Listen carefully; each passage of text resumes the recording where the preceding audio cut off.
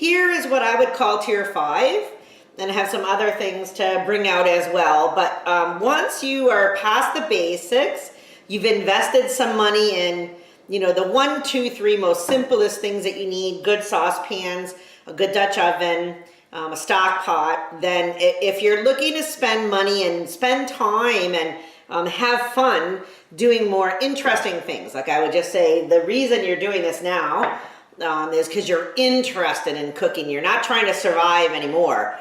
You're really committed to cooking. So here are the 2 things that I would say, I knew when I spent money on these and started learning how to use these, I was really not looking backward on cooking. The first would be a cast iron Dutch oven. Mine is a Lodge. I got it at Ma Cuisine in Ottawa. You might find one at a Bass Pro Shop or a Cabela's. You might find one at IQ Living on Danforth, although I don't recall seeing them there. They're pretty big, they're pretty heavy, they're pretty expensive. There's different versions of them. Of course, Lodge isn't the only manufacturer of cast iron Dutch ovens, but I don't think I've seen too many that weren't Lodge, actually, to be truthful. This is amazing. For the top of your stove, you can fry anything that needs to go into like a soup or a stew or a chili or a spaghetti sauce or a curry or whatever. You can put olive oil or butter or whatever, bacon fat in here. You can fry on the top of your stove everything that needs to go in here. You can add the broth, you can add the tomatoes. You could cook it on the top of the stove if you want. On the top of the stove, the heat is only coming from the bottom, so you need to be stirring all the time to make sure that things aren't sticking or burning. But you can also take this exact same thing. You could put a whole chicken in here, a whole turkey. I use this to cook all my prime rib. When I buy a prime rib, it gets cooked in this pan. It gets seared and then it goes in without a lid. It's just fantastic. So this Dutch oven, which can be used on the top of your stove, but also go into your oven so that heat comes from both the top, the bottom, and all the sides. This is a fantastic pan. I paid $150 for it at Ma Cuisine in Ottawa. My favorite story about that was I ran over in my running gear with my wallet and my hip pouch because I had decided I was going to buy it. But then I forgot running home carrying this pan. Let me tell you, nobody's running home carrying this pan. So I forgot to budget for a taxi cab, which I then had to hail. If you're going to buy a Dutch oven, take your car because you won't be running home with it. I'll tell you that. But I've cooked so many fantastic meals in here, and my neighbors call it my witch's pot. It does kind of look like a witch's pot, but I suspect that this pan will be around in the year 2150, 2250. People will still be cooking in this Lodge Dutch oven, and many of the best things I've ever cooked, from chili to prime rib, have come out of that. Okay, so if you're at tier 5, a Lodge Dutch oven is a great thing to have. I also, from Ma Cuisine in Ottawa, bought this 15-inch cast iron skillet. Nobody needs this their first day out cooking. Nobody needs this until way into your cooking experience, your cooking career, when you go, wow, I want to make risotto for 10 people, or I want to make paella for 15 people, or I want to flatten a chicken and roast it in the oven with tons of vegetables and potatoes. That's when the 15-inch cast iron comes into play. Again, I bought it at Ma Cuisine in Ottawa, and I paid about, I think, $130, give or take. In that neighborhood, not much more, not much less, right there with the cast iron Dutch oven. And I do love it. Like when we make risotto or paella for a crowd, this is the go-to pan. Okay, even my nephew, who's a Cub Scout, learned how to light matches and start a fire in this pan last summer. So the 15-inch cast iron skillet, which is Lodge, I'm sure it's Lodge. Yeah, it's a Lodge pan. Fantastic. If you're at tier 5 and you're going, you know what, I'm so brave, I'm going to make risotto for 15 or 20 people, this is the pan you're going to do it in, okay? Now, at the other end of the spectrum, once you got your 10-inch skillet and you're happy with that, and you've learned to fry eggs and everything else. The little wee pan, you know, the little wee, this is a 6-inch Lodge pan, which I found in a snowbank surrounded by garbage at the back of the Shoppers Drug Mart on Pape Avenue some years ago. I saw the handle sticking out and I said, that looks interesting. I pulled it out and yeah, it was a little 6-inch Lodge pan. And this pan is perfect for frying, you know, a couple of cloves of garlic, or, you know, a half of an onion. If you're not going to put it into a big pan, you want to fry something, a tiny little pan is perfect. This little 6-inch Lodge, I didn't buy it. It just came to me as pans do, but it's perfect. And I have found this winter, while I'm becoming an expert at pizza, it's fantastic for a personal pan pizza.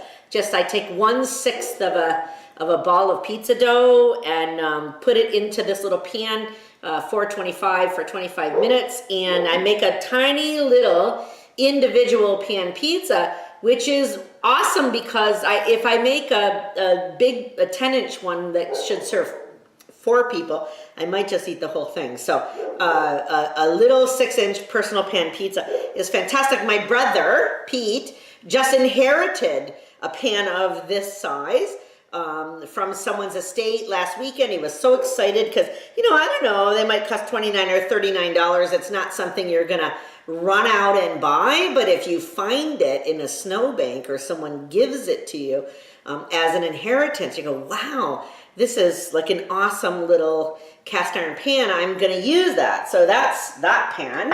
And then if you want to get like as little, this is, I'm just joking with you, I'm just messing with you. This is not a cooking pan, it's an ashtray that Cabela's had cast by Lodge. So if you have family members who are smokers, you could use this tiny little cast iron. Oh, look how little it is. Tiny little cast iron memento as a ashtray, but I actually kind of prefer to use it as a trivet on the top of my stove. So that's a little tiny one. Now here's another, just not to leave everything to cast iron. Here's another example of something that might be a tier 5 product. I would not have gone out and spent money on this. This is not a thing I would spend money on.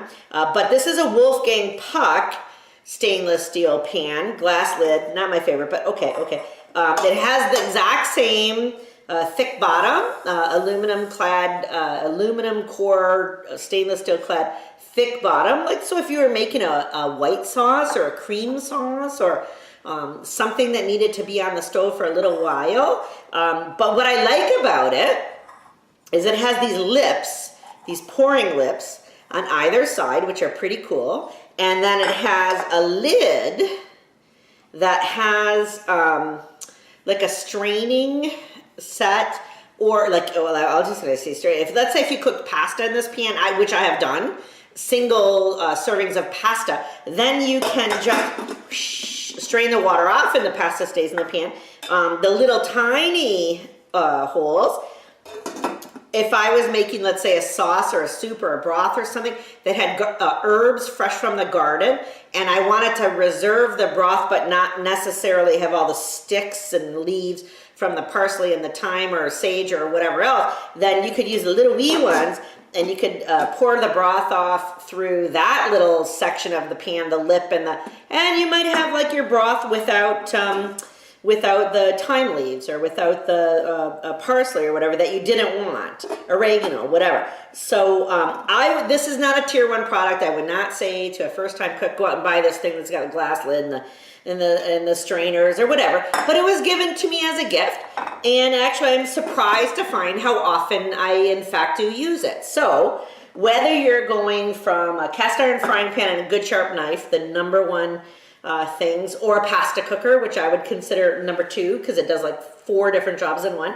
or a couple of good saucepans, that's very good, or a big Dutch oven and a stock pot, also necessary, but not on your first day, more like a year after your first day or longer. And then into this tier 5, which are the big heavy cast iron pans, and big heavy cast iron frying pan, or some of the more fancy dance, I call them fancy dance products that, you know, other manufacturers make. I wouldn't buy them on the first day I was cooking, but later, you know, later.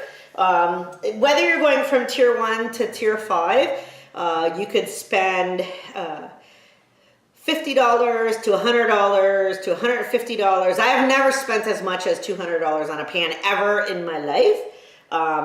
I'm going to put some links in the directions for you on some of the best things that Paderno's got going on. As far as cast iron, go to Canadian Tire, go to Bass Pro or Cabela's, go to IQ Living on Danforth. Look online for Lodge products. You know, you can have Paderno delivered to your house at no cost if you buy $100, but having cast iron delivered is prohibitively expensive, as I found out when I had a cast iron pan delivered to my son in London, England.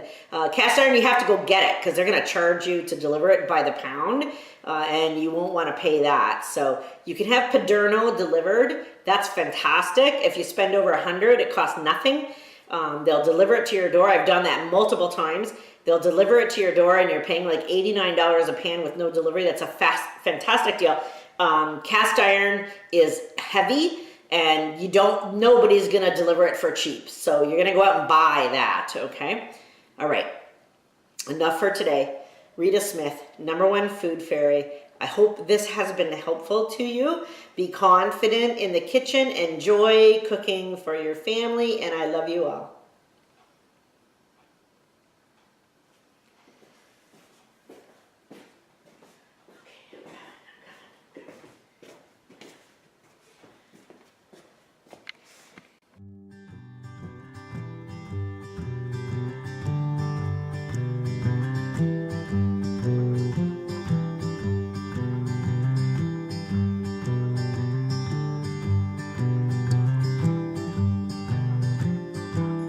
I'm so sick of reality.